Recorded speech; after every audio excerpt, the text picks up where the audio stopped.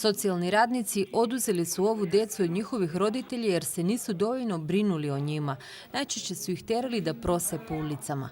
Zajedno sa njima donedavno je u domu živjela i 13-godišnja devojčica koju je država oduzela od roditelja prije 7 godina. I umjesto da joj socijalni radnici, njeni staratelji pomognu da ima što normalnije djetinjstvo, devojčica je mjesecima bez kontrole odlazila i vraćala se u dom. Dok je bila na polju, jedna žena prinudila je na prostituciju. Silovana je 9 puta. Ostala je trudna, abortirala i sada se nalazi u skloništu. Policija je pokrenula krivičnu prijavu protiv žene koja je podvodila devojčicu i jednog od silovatelja, a Ministarstvo za rad i socijalna pitanja protiv 12 zaposlenih u Centru za socijalni rad u Skoplju zbog nesavesnog rada i zapuštanja maloletne osobe čiji su staratelji. Nakon horora kroz koji je prošla devojčica, ministarka za rad i socijalna pitanja ne može garantovati da će ovo biti zadnji slučaj zloupotrebe djece čiji staratelj je država.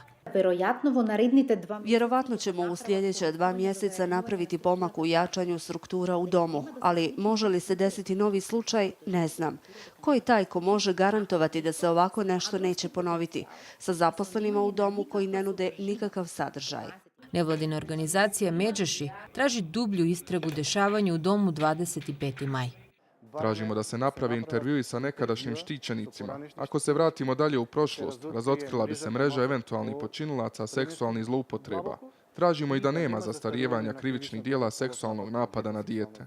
Međutim, tužilaštvo uopšte nije efikasno kada se radi o ranjivim grupama.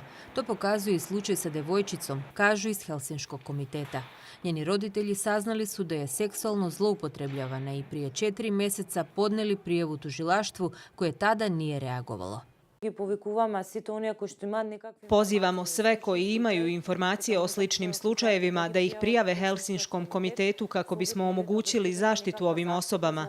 Ovo nije izolovan slučaj, djevojčice se plaše, nisu zaštićene, sve institucije podbacuju.